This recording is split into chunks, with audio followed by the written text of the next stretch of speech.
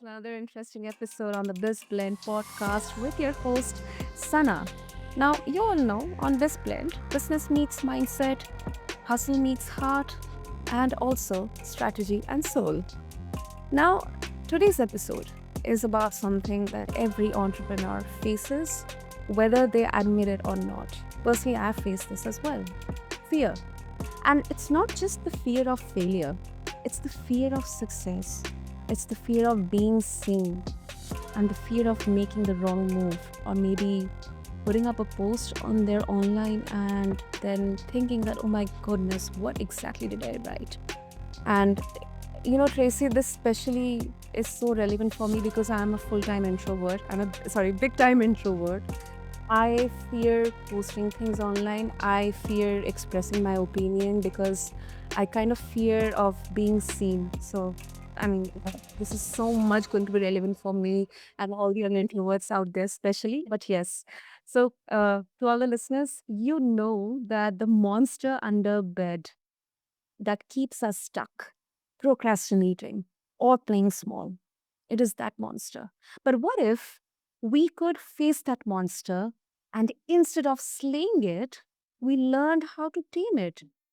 And joining me today is Tracey Sundkvist. She's a powerhouse growth coach who has helped hundreds of entrepreneurs break through their fears to build profitable, sustainable businesses. Now, Tracy blends psychology, stratified systems theory, and then neuroscience backed coaching to help business owners, entrepreneurs become the most powerful version of themselves.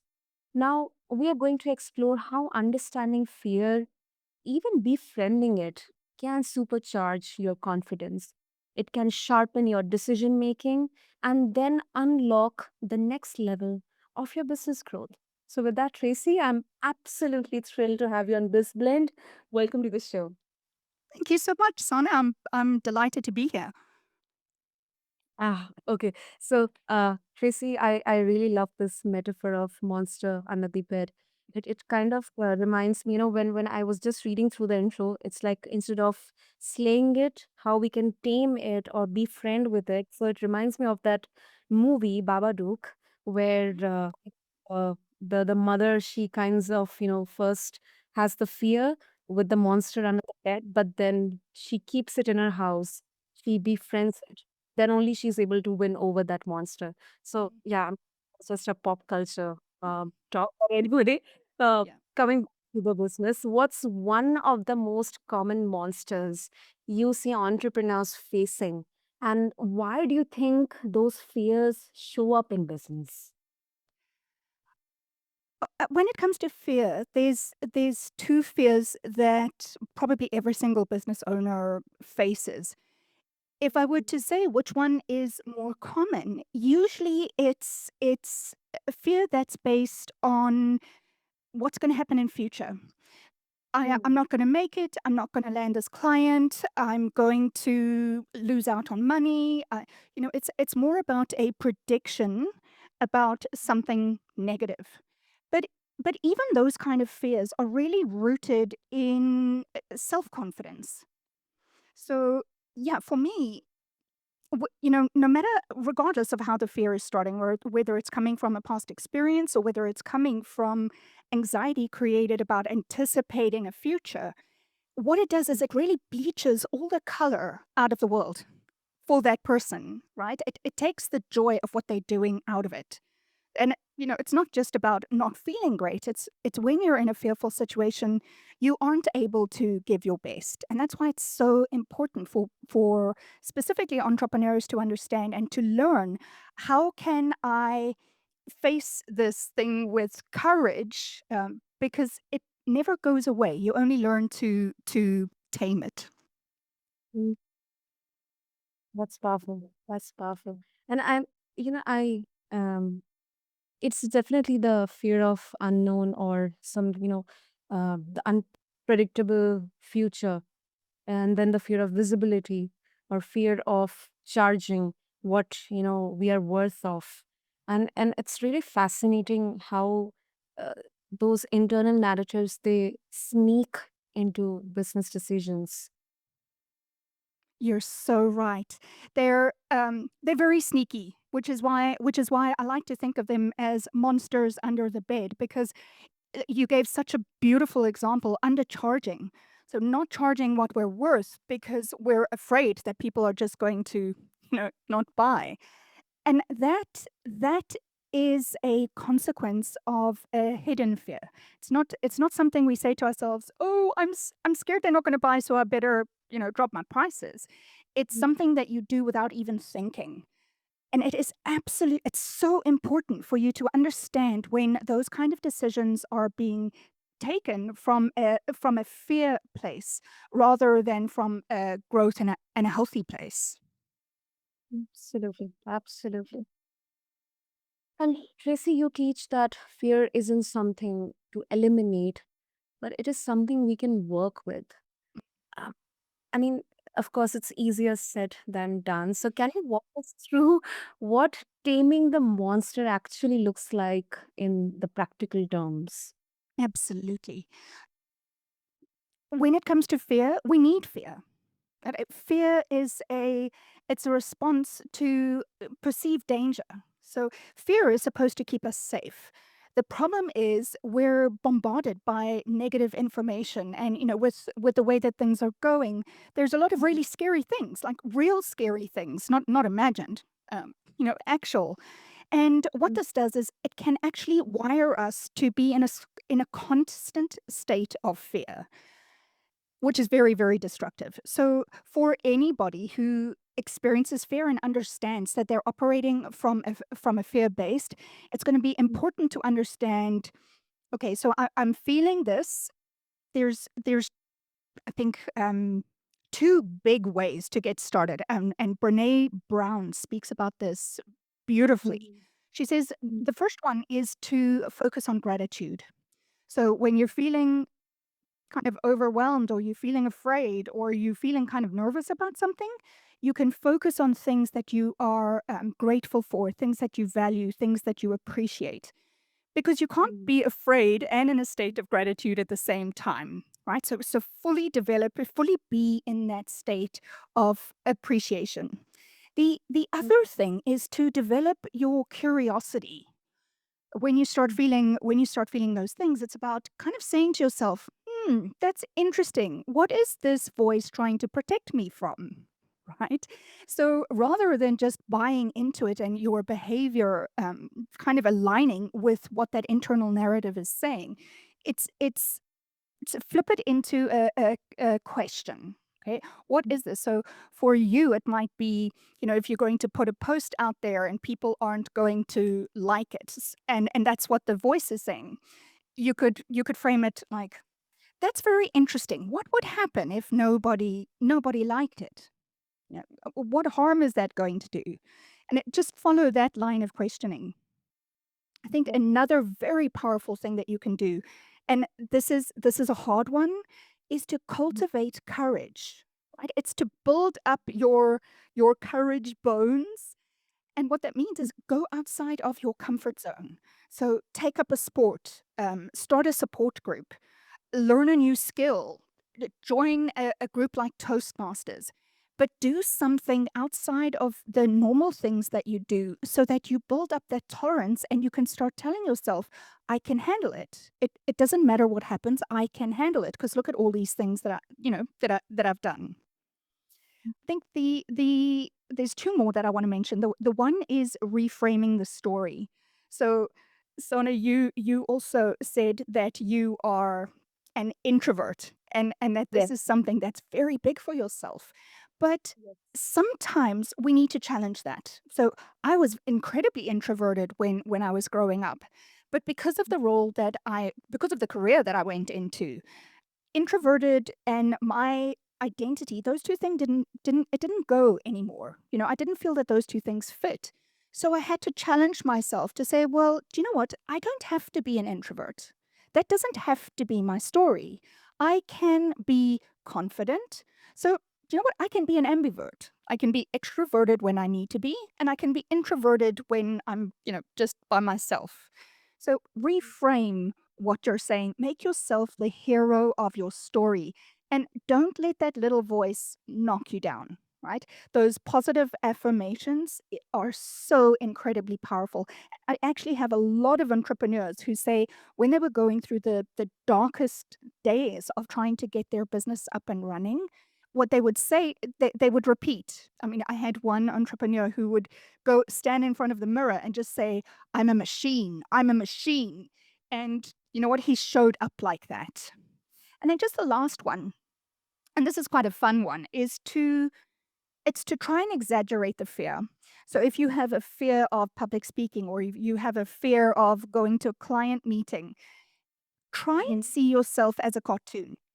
So make yourself a little cartoon character and turn it into something funny because we need to take the sting out of feeling that fear, right? It's okay to be afraid. It's normal. It's absolutely normal. What we don't want is for it to impact our behavior to the point where it starts affecting our results. And a good way to get it out is to try to see the funny side, try to see the humor in it. That so connects with me, both the things. So, I was just, a few days back, I connected with a good friend of mine. And, so since I'm an introvert, so I have a very restricted friend circle. And this is not only in my adulthood, but right from my childhood as well. I was never a kid who had a lot of friends, but very few, two or three maybe.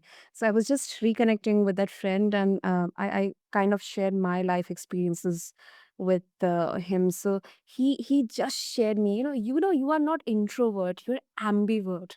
Mhm, So then I had to kind of Google it, because I'll be very honest, listening. Um, until the moment he said that word, I was not aware of it. I was aware I'm an introvert. So that was a huge realization for me, that okay, although I'm an introvert, but there are times when I can be really expressive. And also I can be really self-deprecating as well. mhm, Okay, really be, laughing at, okay, I made that stupid decision a few years back and I had to like suffer. But okay, I went through it. I kind of went through those turbulent times, and here I am. I mean, it's not like I'm sympathizing, or I'm just feeling good in whatever I am, but at least I kind of got out of that comfort zone, and instead of wallowing into the negative outcomes, and then mhm, judging myself and letting that fear of unpredictable times and anxiety of future dawning upon me, I think I kind of tried have been trying to convert it into something positive, something motivating for me. mm. What's so important when you do that is don't let the but come in. So if you've Mhm. done something that you're proud of, um, I'll give you an example. I ran the Athens Classic Marathon. It was a big deal for me. I toured Europe for a month, and at the end of it, I ran the original marathon in Greece. And Mhm. what I found myself doing is I would say, I'm so proud I've run this original marathon, and immediately after that, I would say, but my time was terrible. So I would take that achievement or that accomplishment away from myself. And so I Mhm. started paying attention to speaking to other people, and I would ask, what is the thing that you're proud of? Tell me something that was great for you, that you enjoyed doing or you excelled at. And so Mhm. often, what I found was that people will say that, but then they very quickly say but, and then they take away from it. So yeah, you got to stop with the but. Mhm. Thanks. Thank you for sharing that, Tracy. I'll take this away as a personal, golden nugget for myself. Yeah, obviously. This can also take it away.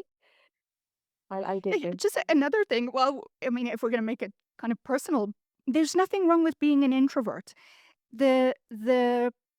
The challenge here is if you say introvert and you start to think of it in a way where it has negative connotations. So because I am an introvert, I can't do this or I can't do that or I'm very bad at this.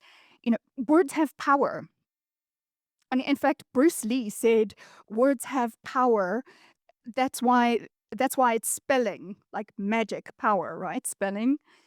So be a proud introvert. because there are things that introverts can do that extroverts can't. Extroverts can't be on their own. Like being on their own is the most scary thing for them. Introverts Yeah. don't spend a lot of time reflecting, really thinking through things. There's a lot of ways in which the introverted people excel. Not every single person who clients, for example, they don't all want to be sold by an extrovert. Many of them are going to be introverts themselves.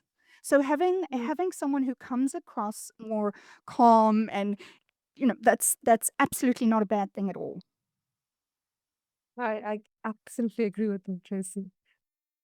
Ah, okay. So now, yeah, as evident it is, you blend psychology, neuroscience, and then business strategy in your coaching. I can definitely sense that. So how does understanding the brain's relationship with fear help business owners make smarter decisions or maybe take braver actions? Mm. Wonderful question. So what happens with fear is that, as I said, in the brain, it triggers that fight or flight response. That is a response when we feel that we're in trouble. And the interesting thing about the brain is that it cannot tell the difference between a real fear and a perceived fear. So if we feel like s- social speaking, having to give a presentation, if we are afraid of that, the brain doesn't know that it's actually not a life or death thing and that it's actually not real. It's something that you think. With that, and especially if you have a lot of fear going on, you can wire your brain for that to be your default. I mean, that's the worst thing that you can do because that takes away so much of your power. The other thing about it is it's about forging new paths in the brain. So as much as it can become quite normal and it can become quite debilitating, it is absolutely possible for you to reduce that fear response. I mean, I read quite some time ago that there was a high powered exec who all of a sudden just developed this anxiety, and this went on for months. And he went to go and see someone about it, and while they were speaking, she was asking him, okay, so explain your day, what has changed? And what they discovered was that what had started happening was the family would turn on the news before Mhm. he went to work, and this would like be playing in the background. And even Yeah. with that background news talking about, all of the, what the news is like, they, you blow everything up. Just because of that, not even in his awareness, this had an impact on him. So be mindful of your surroundings. You know, put yourself around with more positive people. Um, put yourself in supportive groups, but face it, right? You have to face it. You have to understand when it's going on for you, and then you need to take action, because if you don't take action, it's just going to stay there. And this can be definitely a very, slippery slope here. And my next question is exactly, kind of aligned with what you just said, Tracy. Some people, they believe that you feel the fear and you do it anyway. But then others warn that pushing through fear without addressing the root cause, it can lead to bad decisions or, burnout. For example, as a CEO or as a high position executive, I may be putting out, extinguishing fires every day. Any kind of negative situation which is coming up, let's say some kind of negative feedback on my brand, and then there's anxiety, then there's fear, but I'm just mindlessly putting out fires out there. So how do you balance courage with caution? Do you know what? This is such an incredible question, because while fear has a base, and we've already discussed, it doesn't even need to be based in reality. just your perspective or what significance you attach to certain situations can color how you're going to approach it. I firmly believe it was Susan Jeffers who kind of coined that field of fear and do it anyway. And I think Mhm. this is a wonderful approach for people to start with, right? When it comes to just blindly kind of blindly pushing through it, the risk here is that you spend too much time trying to understand why you feel it. Now, I'm all about self-reflection. It's important that we understand what are the stories we're telling, what does that say about our belief systems and our value systems. But you also don't want to get stuck there, because as much as you can get insight, you need to be able to move beyond just digging in your brain hole or looking to your past and thinking, well, what happened there? You don't want to get stuck focusing on the problem of it. When it comes to fear, you don't always need to understand exactly why it happens. It's going to be a lot more helpful to say, well, you know what? You can do it at the same time. So you're going to learn to overcome that fear, and you can have a look at kind of how that all came about without having to feel the fear at the same time. Absolutely. Hmm. That is really, really so important to address too. And then we hear a lot about, overcoming fear in entrepreneurship, but what about embracing fear as a part of the journey? I mean, do you think, Tracy, fear has a positive role always, or is it something we should always aim to reduce, or maybe proactively prevent that? Let's not even think about these kind of situations. Let's keep ourselves ready, proactively ready, so that we don't even encounter such kind of situations. I think as long as we're going to be alive, as long as we're living, there's going to be fear. It's absolutely natural. And for entrepreneurs or even for people who want to grow and develop and have kind of the best, fullest, well-lived life, there's always going to be something coming up that can trigger that fear response. I think Mhm. when it gets problematic when that fear prevents you from doing something. So when the fear becomes, it makes you not take risks, or it makes you not go out and try new things, or it stops you from doing something that might open up your world a little bit, that is when you need to feel the fear and do it anyway. So I think that developing a healthy relationship with fear is a very good thing. And one of the things that you can do there, if you're approaching fear from that attitude of curiosity, it is about saying, oh, that's so interesting. I am feeling fear. I'm feeling it in my stomach. I'm feeling it as a little bit of pressure on my chest. What is this trying to tell me? Right? And then playing that out. Mhm. And Tracy,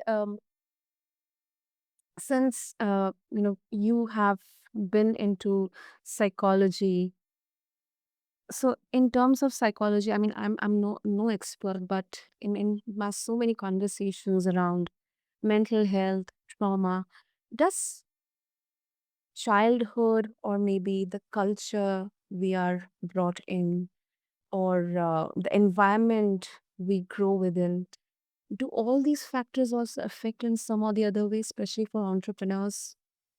What an absolutely gorgeous question. And the answer is without question, yes. So your lived experience kind of frames the way that you see the world. So if you have an upbringing where there's no stability, there's no security, especially physical security. So that can be emotional, physical, psychological, on any level. If there's no security, that can lead to a belief system that it's always going to be like that. So that's going to set you up to be scanning for risk and for threat kind of your adult life. And Mm, this is a very big. I think it's something that's becoming very prevalent now as well. In that, mhm, when you grow up and you kind of embed the learning, you embed the environment, and by the time you get to an adult, it's going to be very important for you to unpack, are there any beliefs that I am carrying that aren't serving me anymore, or are there values that I'm carrying because it was a defense mechanism from something that happened in the past, but now it's actually keeping me back. And this is something that people should do as a matter of course. You should be constantly checking in with yourself whether your thoughts, your behavior, your beliefs, your values are still in alignment. Because when they aren't in alignment, that's when you're going to start experiencing that cognitive dissonance. And that is just, it's a very uncomfortable situation when the reality that you're facing somehow conflicts with the way that you've constructed the world. And it's very unpleasant. I mean, the other big thing is about attachment. So you get a couple of different ways in which people can attach, and this happens from child to parents. That's where you first learn that attachment. If it's not parent, it's parental figure. And mm, really, it's so important to develop secure attachments, because if they're not secure, it can already disadvantage that child to know how to foster healthy relationships and how to be curious and open-minded about the world. mm. Super, super, Tracy. So before we wrap up, if our listeners they would like to connect with you, what's the best way to do that? Okay, I have a link that they can follow for all listeners. I have a 30-minute chaos to clarity one-on-one session that I offer, and I can share the link with you. Otherwise, they can find me on LinkedIn, and I am absolutely happy to ask questions, connect, and support. Wonderful.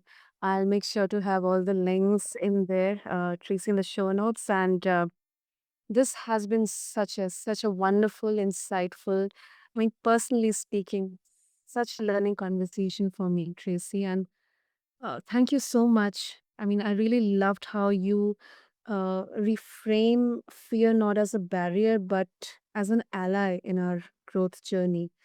And I'm very much confident, our listeners are they are walking away today with a deeper understanding on how to face their own monsters under the bed.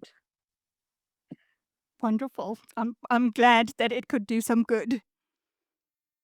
So, to all the listeners out there, be sure to check out Tracy's mastermind resources and everything and connect with her on LinkedIn. I'll make sure to have everything in the show notes for you. And don't miss this opportunity because, it's never then late to start again. And until next time on BizBlend, this is your host Sana reminding you that every bold move starts with facing what scares you and choosing to grow anyway.